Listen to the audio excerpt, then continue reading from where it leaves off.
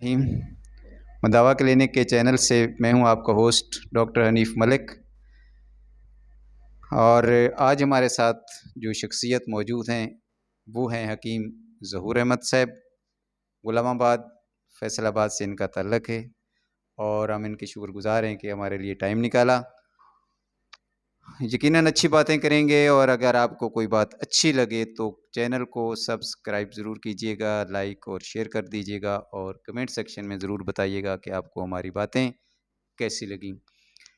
अस्सलाम वालेकुम हकीम साहब। वालेकुम अस्सलाम वरहमतुल्लाहि वबरकातुहू।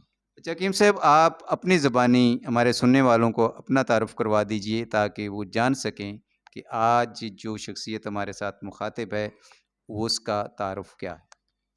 मेरा नाम ज़हूर अहमद है जी।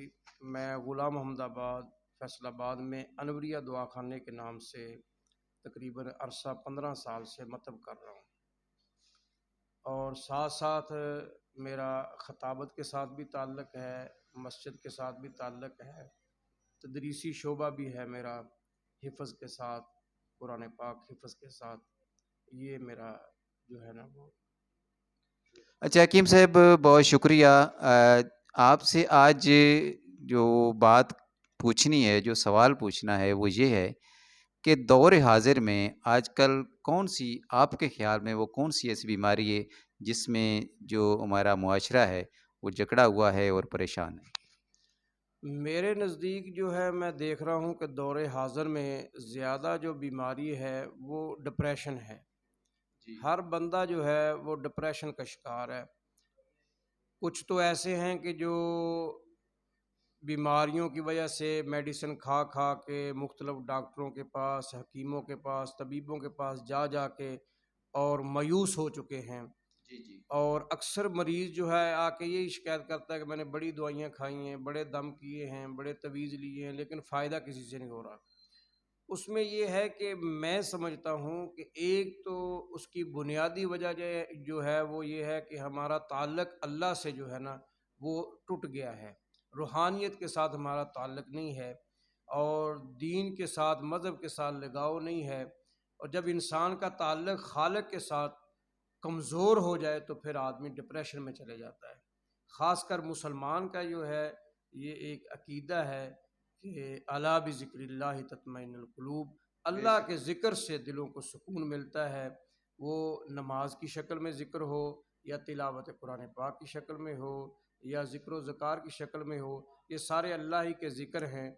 और ये अगर आदमी कमज़ोर हो जाए इसमें तो फिर ज़ाहिर है वो मेडिसन का सहारा ढूंढता है और मुख्तलिफ डॉक्टरों के, क्लिनिकों के चक्कर लगाता है, मुख्तलिफ जगह जाता है, लेकिन वो जो असल बुनियादी वजह है उससे हट के पीछे हो जाता है और उसी वजह से वो मायूस हो जाता है और वो जगह जगह फिर रहा होता ये तो डिप्रेशन यकीनन हकीम साहब, बस 80% जो लोग हैं वो नफ्सियाती मरीज़ होते हैं और उस तरफ किसी मुआलिज का जो है ध्यान ही नहीं जाता, क्योंकि मरीज़ जाके बताता है जी मुझे यहाँ दर्द हो रहा है या मुझे नींद नहीं आती है, ये मसला है।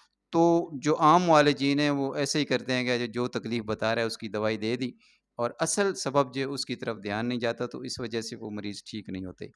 अच्छा, डिप्रेशन की वजह क्या है? कौन-सी ऐसी बीमारी है जिसकी वजह से डिप्रेशन होता है? है। डॉक्टर साहब असल में वजह ये है कि बात वही आ गई जब हमारे अकायद कमज़ोर होंगे और हमारा यकीन कमज़ोर हो जाएगा, एक अल्लाह से हट कर के गैरुल्लाह पे हमारा यकीन आएगा तो हमारे दिल में वो मजबूती नहीं आएगी। देखें, एक मरीज़ दवाई खाता है तो दवाई खाना तो सिर्फ सुन्नत है, शफा तो अल्लाह की ज़ात ने देनी है। तो जब ये उसका यकीन हो जाए कि ये मैं तो सुन्नत अमल पूरा कर रहा हूँ, आराम तो अल्लाह की ज़ात देगी, तो फिर वो डिप्रेशन का शिकार नहीं होगा। और जब उसका पूरा अकीदा और यकीन मुआलज के ऊपर बैठ जाता है कि मैं फ़लाँ मुआलज के पास जाऊँगा, बहुत बड़े डॉक्टर के पास जाऊँगा, उसका बड़ा नाम है, वो बड़ा स्पेशलिस्ट है, तो यकीनन मुझे आराम आ जाएगा या ऑपरेशन कराने के बाद आराम आ जाएगा, और उसी पे वो यकीन रखता है, तो उस पे उसको कामयाबी नहीं होती, तो फिर ज़ाहिर है वो मायूस हो जाता है।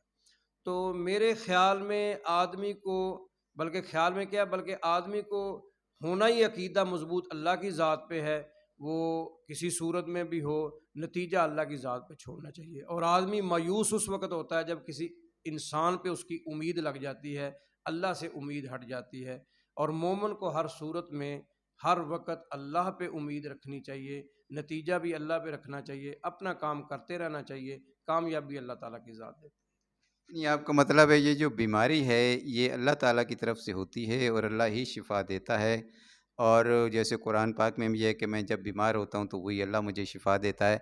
اور ہم لوگوں کو یہ دیکھنا چاہیے کہ اگر ہم بیمار ہوئے ہیں تو اس میں بھی کوئی ہماری بہتری ہے، کوئی فائدہ ہے، آزمائش ہے، اس پہ پورا اترنا ہے اور اللہ کی جانب سے سمجھنا ہے، پھر انسان جو ہے اللہ تعالیٰ ضرور شفا عطا کرتے ہیں۔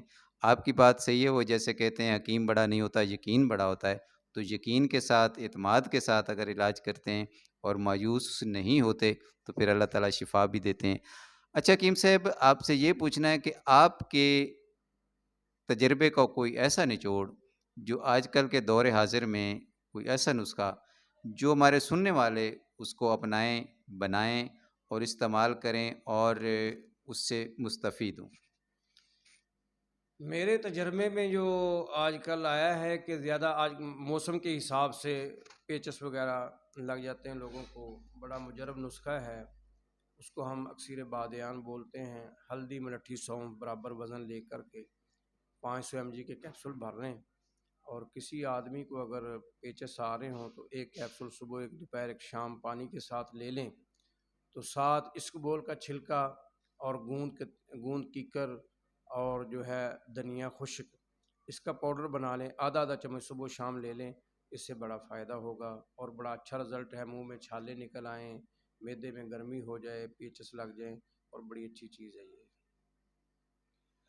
یقیناً حکیم صاحب آپ نے بہت اچھا نسخہ بتایا ہے اور اس سے ہمارے سننے والے بھی مستفید ہوں گے، کیونکہ یہ ایک صدقہ جاریہ بھی ہے اور نیکی کا کام بھی ہے، خدمت خلق بھی ہے۔ تو آپ سے باتیں کر کے بہت اچھا لگا، آپ کا بہت شکریہ۔ انشاءاللہ اگلی کسی نشست میں تفصیلی گفتگو کریں گے، کیونکہ یہ ایسا موضوع ہے جو اتنی مختصر نشست میں اس کو سمیٹا نہیں جا سکتا۔ تو حاضرین سے میں گزارش کروں گا کہ چینل کو سبسکرائب کریں اور کمنٹ سیکشن میں ضرور بتائیے گا کہ آپ کو ہمارا حکیم صاحب کا انٹرویو اور باتیں کیسی لگیں۔ بہت شکریہ۔